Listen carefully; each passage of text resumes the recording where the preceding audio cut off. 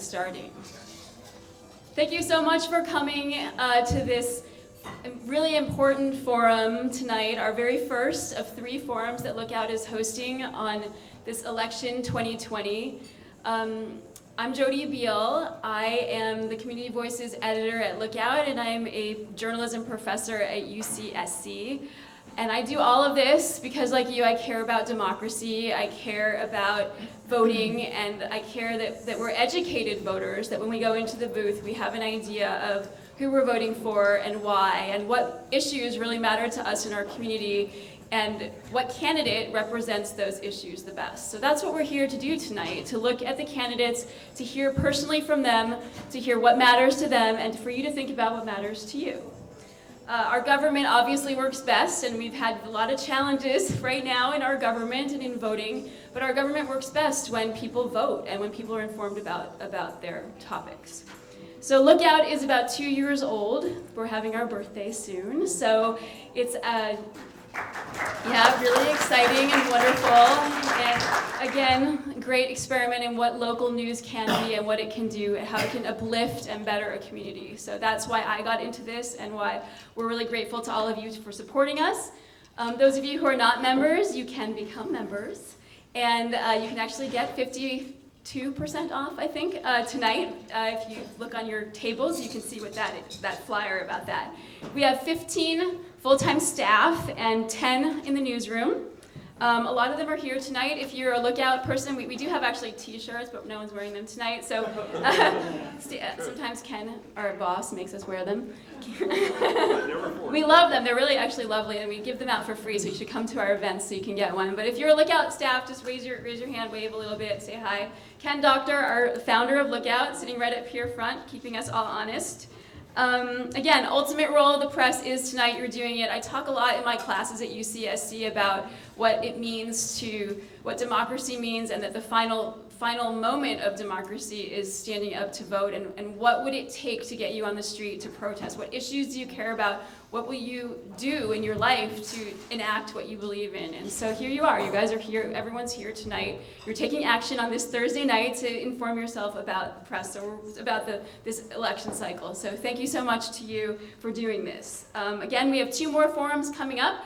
There's information on your tables, I believe, about when those are. I'll just say that we have one on measures N and O, which will be led by my colleague Wallace Bain in the back.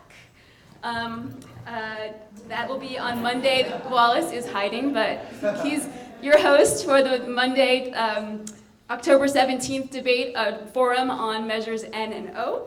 And then we have one on the State Assembly race, State Assembly 28, and the Santa Cruz City Council on the 24th, and I'll be hosting that one as well. And those 2 will be on Zoom. This one is not on Zoom, but we are recording it here, and it'll be available for people who weren't able to come tonight. Thank you so much to the Hotel Paradox for hosting us, for this great room, and for giving us this space. To Santa Cruz Works, who's our partner. To the candidates, we have 2 here and 1 here, and Fred Keeley in the middle and almost back. So thank you so much for coming and participating in this, and again, sharing your views with us and with your voters.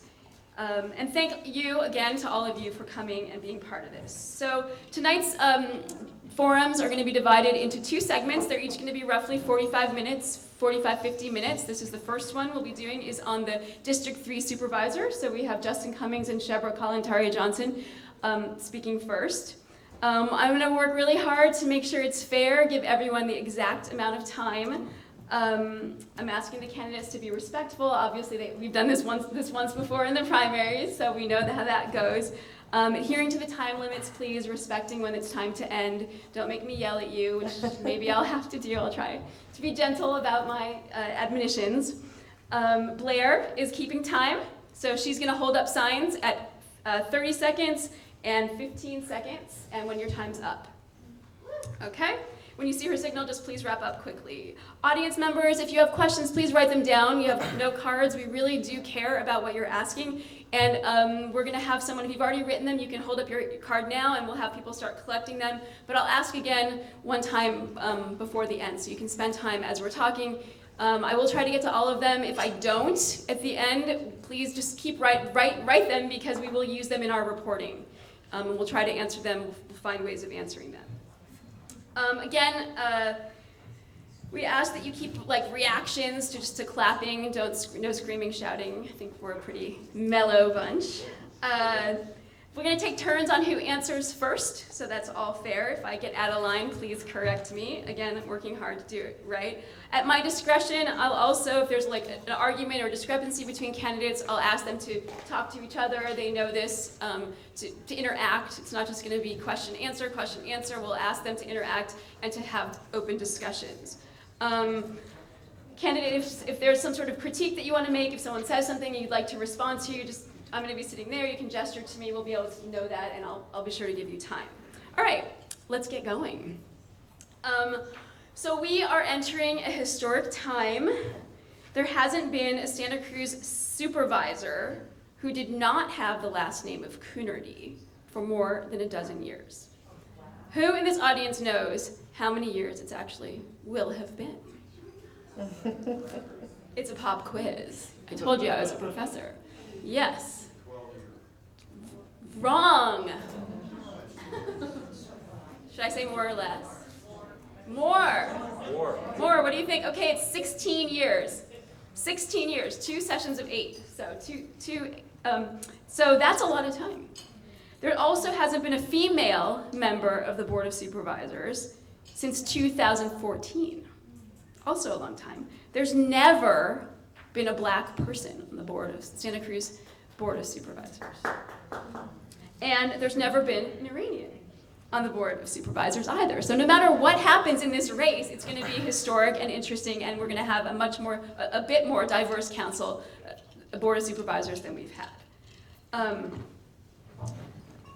Our 2 candidates share some very similar goals.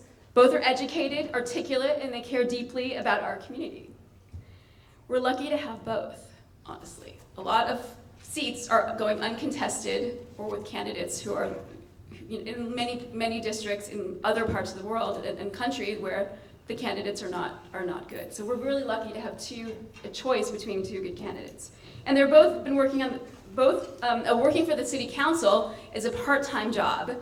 It's underpaid, and both have excelled at this. So they've spent a lot of time and energy doing work that is really the hard work of democracy. So we're grateful to both of them. My job tonight is to help you and those who turn in later to differentiate between the 2, to figure out what policies do they hold, what do they think, who are they, and how do those policies best align with who you think should be in office. So I'm going to be working to do that. They have some differing approaches to handling our community's biggest issues, some of which are housing, affordable housing, homelessness, mental health, transportation, climate change, and many more. We'll be talking about those tonight.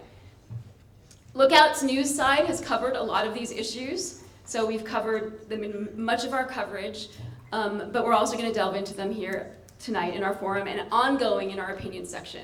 So I run the Community Voices pages, and we have been putting people's opinions, people's pieces out there. All the candidates will, by November 8th, have written something. All the ones who want to will have written something in our pages, and our news coverage is doing the same. So I'm really excited to do this and to bring this to you, and Lookout is, again, it's just really part of our democratic duty to our community. So we will begin. I would like to ask the candidates we flipped a coin right before, and so we've decided that Justin won and allowed Shebreh to go first. So it's going to be a 90-second intro. I'm going to ask them to just introduce themselves to you in 90 seconds about themselves. So Shebreh. Great. Thank you. Thank you for holding this forum, and thank you all for being here. We are all here because we care deeply about our community. My journey as an immigrant, a woman, a public health professional, a city council member, and a mom has brought me here and enabled me to do the work. Over the last 2 decades, as a public health professional and council member, I've produced results on critical issues for this very reason. A few of the results: reduction in youth homelessness, increased public safety, investment in children and youth, access to our parks and open spaces, increased local jobs created, and action for women's rights here in our community and across the globe in my country of origin, Iran. These all equate to healthy, thriving neighborhoods and communities. After having knocked on thousands of doors, this is what I know you care about. So how do we continue to improve on these issues? By creating deep partnership with community members, county departments, nonprofits, private sector, and every government jurisdiction across our county, working with our state and federal agencies to increase local funding, being able to make take hard issues on and make difficult decisions.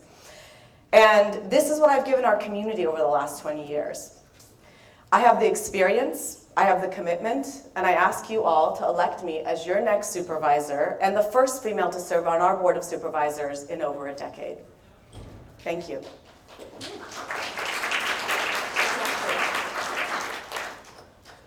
Good evening, everyone. My name is Justin Cummings, and this is my last year on the Santa Cruz City Council. The City of Santa Cruz was founded in 1866. In 2018, after 156 years, I became one of the first black men ever elected to the Santa Cruz City Council. And in 2020, after 158 years, became the first black mayor of the City of Santa Cruz. During my time as mayor, I helped bring our community together to address multiple overlapping crises. Onset of COVID-19, social unrest after the murder of George Floyd, and the CZU fires. And people across the spectrum said, "You did a good job." We showed the world what it means to work together as a community, and I want to continue to work with you as 3rd District County Supervisor. As we work on rebuilding from the CZU fires, building affordable housing for workers, students, and families, targeted solutions to homelessness, addressing our climate crisis, and supporting small businesses that have been impacted by COVID-19. Santa Cruz County was founded in 1850, and 172 years later, Santa Cruz County still has never had a black person on the Board of Supervisors. It's time we change that. As supervisor, I will be a voice for people who have been historically excluded from local government and bring experience from being on the City Council and an environmental scientist.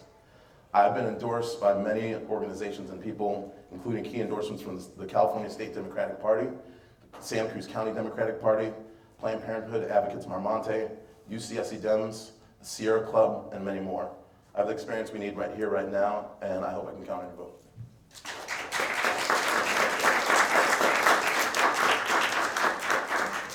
Great, so this first question will be for Justin, since Shebreh went first. So people want to understand where you stand politically. That's part of the reason we're all here. And obviously we live in Santa Cruz, a very, very democratic community. But given all of that, where would you place yourself on the spectrum? How would you characterize your politics? Are you a liberal, a progressive, or a moderate? And explain that for us, please. Well, since I've been on the Santa Cruz City Council, I've actually been forging my own path. One of the things that I've told incoming council members is that you pick issues, don't pick sides. And as a city council member, that's what I've done. There are times when I've been presented with new information and I don't sit with a block of people and just vote the way they vote. I ask questions, I look for compromise, and I try to push for that because that's what democracy is all about. It's not about having the liberals versus the progressives or the conservatives versus the Democrats. It's about us having conversations and figuring out solutions to major problems. And that's what I've been effective at on the Santa Cruz City Council, bringing members of the community into the conversation. It's one of the ways that we ended up doubling our testing capacity with COVID-19 when I brought in professors from UCSC to work with our county and encourage that collaboration. It's how we move forward with addressing police policy after the murder of George Floyd by bringing the black community, police officers together and working to figure out what would be effective solutions to addressing those issues. And it's how we were able to come together as a community around the CZU fires. Understanding what are the resources that we need to address the concerns of the community, how do we mobilize those resources and connect people to those resources. I've been effective at working with all the members on the City Council at some point in time or another, and moving forward, I believe that I'll be able to create strong collaborations with members of our Board of Supervisors and be able to work across the aisle in our county as we address major issues.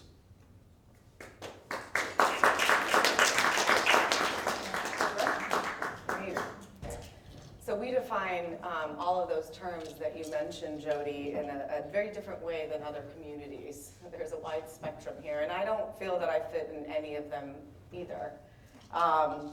I characterize myself as a leader, as someone who is a perspectivist leader, someone who will and has talked to different groups from different points of views, takes data, takes research, and finds a compromising space without compromising values. I accomplished that as a professional in the community, and I've accomplished that in the 2 years I've been on the city council. The Sentinel editorial board called me a consensus builder after just a couple of months of serving on the council when we were trying to pass accountable and compassionate policies around homelessness that had gotten really out of control for those who are unhoused and neighbors who had been affected. So that's how I lead. That's how I've done it in the community. I've done this on youth issues such as youth homelessness, youth substance abuse, cannabis regulations, juvenile justice reform, and immigration rights. Talk to other people, talk to a diverse group of people, bring people together, and find a path forward that puts us in action, that works towards solutions that will get us out of the challenges that we're in. Thank you, Shebreh. And Justin, back to you. So you didn't fully answer my question. Okay. I get that you're a consensus builder, and I like that about you. I also think this race has been particularly contentious and has split people in the Democratic Party within Santa Cruz. So if you could help talk us through a little bit about that, like how do you think that you can, given the divisiveness of this race and the way it's dividing our community, people think of you sometimes that you represent renters and Shebreh, that you represent maybe homeowners. Can you talk us a little bit, how are you going to, if you win, bring all these people together? How do you see yourself? So again, situate yourself, and then also, how are you going to bring all these people together? Can you represent this other side? Okay, so I guess to answer the first part of that question is that, yes, I mean, I think a lot of people see me as being more progressive in Santa Cruz, but they also see me as being someone who's willing to work with others whose opinions I differ with. I will mention that one of the first things I did after joining the Santa Cruz City Council was the Measure M, the rent control item had really put a division within our community. And one of the first things that I was interested in doing was trying to bring renters and landlords together to work on that topic. We had a group come together, and it was clear that based on the conversation that was had, that there was still no room for really having that conversation around rent control. And then we ended up launching a study to understand what it would be and how we could actually bring about that conversation. And it was said that at that time, it probably wasn't the best idea. But that being said, as I mentioned before, a lot of those divisions ran deep during 2020 when I was mayor. We had a recall election at the beginning of that year, which ended right around the time that COVID-19 hit. And it was at that time when I reached out to people who were pro-recall as someone who was opposed to the recall and had different concerns with that, and said, hey, we need to come together to work on what's going to happen with COVID-19 approaching. Because that's something that, when you have a virus that's coming into your community that's going to kill you and kill the people around you that you care about, the political divisions mean nothing at that point. What matters the most at that point is that we are coming up with solutions and we are working together. Can you do it without a virus? Yes. Okay. Which we hopefully won't have again. Okay, thank you. Shebreh?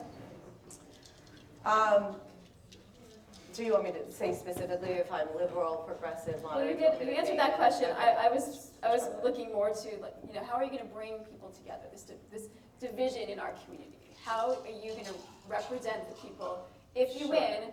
That Justin. Well, I'll share some specific examples of how I've done it in the past, and that'll give folks an idea of how I've done it.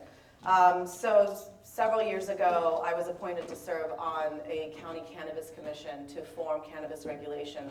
I was there with the lens of ensuring that we create policies that safeguard against increased access and availability for young people whose brains are developing.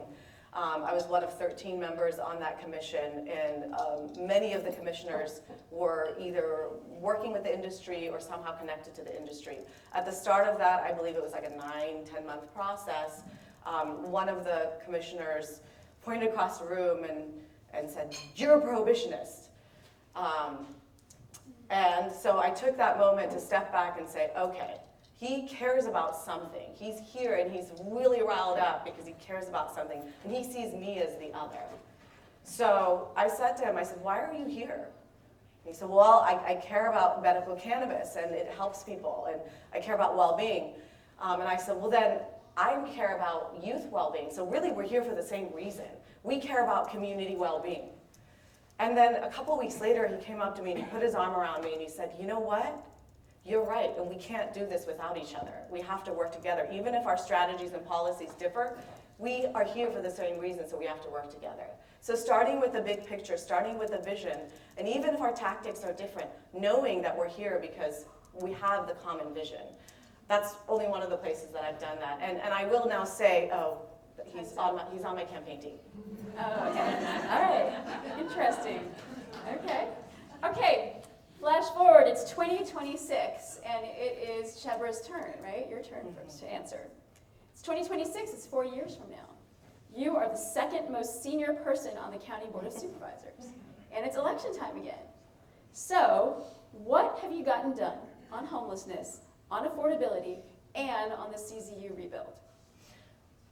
Homelessness, affordability, Yeah. CZU. That's all. CZU. Just those three. Just those three. No problem. That's all, yeah. Homelessness, where do I start? We've increased investment in youth and young adults because we know 3 years ago they were 30% of our homeless count, and we've started that investment. I brought in a grant which opened up the door to a number of other grants, and in 3 years we've seen a reduction of 61% in that population. So this is youth and young adults, under the age of 25. So we will continue to invest in youth, and that number will be, that'll be zero. We will not have youth and young adults living on the streets. The county will have helped stand up transitional shelter and safe parking programs so that the pilot we've started under my leadership on the city council will have grown to really meet the need of the community. Affordability, we will have a new housing element that affirmatively furthers fair housing and ensures that we have affordable housing through our community, and ensures that as part of the housing element, we're revising our zoning ordinance so that we can actually build in areas outside of District 3, which has not happened so much in the last several decades.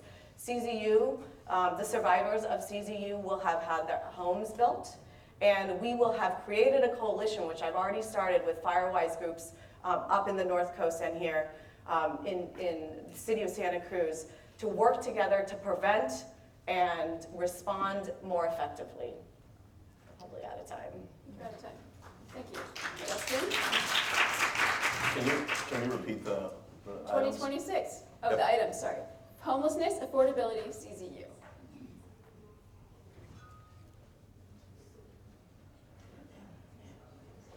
Okay, so one of the things that people have been really interested in, and something that I've been pushing for since 2020 that's been getting voted against in the city council, is 24/7 non-law enforcement mental health crisis response. That is something that we need that is something that I've been working on as a city council member that we've been getting opposition to. It is something I will continue to work on as county supervisor, and with the new 988 bill that was passed, there will be funding coming from the state to help support those efforts. That is something that we need. In addition to that, creating more beds for homelessness and creating more services. The city has put funding into building a new navigation center. We need to make sure as the county that we're funding those wraparound services that people need when they're experiencing homelessness. Because case management is one of the biggest issues, in addition to having places for people to sleep. With regards to the CZU fires, we're not going to let go of 4-leaf until every house that wants to be rebuilt is built. And I know that that program is supposed to expire soon, the contract, making sure that we keep that contract going until every home has been rebuilt. And by then, I hope that way before then, that we'll have anyone who wants to rebuild will be able to rebuild by that time. But in addition to that, I've spoken with many people who were victims of the burn. And one of the biggest complaints they have is the fact that they could have stuck around to fight those fires, and they weren't allowed to. And so I want to help make sure that people who want to fight fires are able to fight fires in those areas. And around affordability, that we're keeping up with building not just the RENA goal numbers, but more affordable housing, so that we have housing for working people, and I'll stop there. Yep. Okay. So Justin, in order to get anything done, you're going to need 3 members to support you if you become supervisor, both of you, right? So it's for both of you. How are you going to get that consensus? How are you going to reach out? What are your relationships with the current supervisors? Tell me a little bit about your leadership style, and specifically for you, this is where I'm going to differ a little bit on the question. Justin, if you could talk about an example of how you drove a difficult consensus on the council, something that was contentious that you then brought around to your point of view, right? That's what that has to happen. Would there be an example that you could share for something that was contentious that you then, got the consensus that you needed to turn the vote around? Sorry, that's a stumper, right? It's been 4 years. 4 years, I know. 4 years. So, Okay, I'll start with the county supervisor. So I've worked in some capacity, with all the county supervisors, and including candidate Felipe Hernandez, who is supporting me for county supervisor. So that's one person who I know I'd be able to work with. I've worked with Zach Friend to bring forward a report that would compare all the policies around use of force, accountability, transparency, and technology that we passed here in the city in 2020 to the Criminal Justice Council, and was able to work with every single law enforcement agency in the county, which is something that we were not expecting to be able to do. That report was published at the end of last year, and we received an award from the National Association of Counties for the work that we did to compare all of those policies within our region, because we're likely the first region in the United States to ever do that. So that's a major accomplishment, And so in terms of, and in addition to that, I've worked 2 years with Supervisor McPherson and Coonerty on the Homeless 2x2 Committee. I worked with County Supervisor Coonerty when COVID-19 was happening. And I haven't had the opportunity to work with Supervisor Conant, but he did express interest in working on the 24/7 non-law enforcement mental health crisis response. So there are already topics that we can work on. And in terms of something that I was able to get support on the city council, I'd say passing the decriminalization of psychedelic plants and fungi, which is oftentimes people would say is kind of a scary topic, but I was able to get full consensus on the city council for that.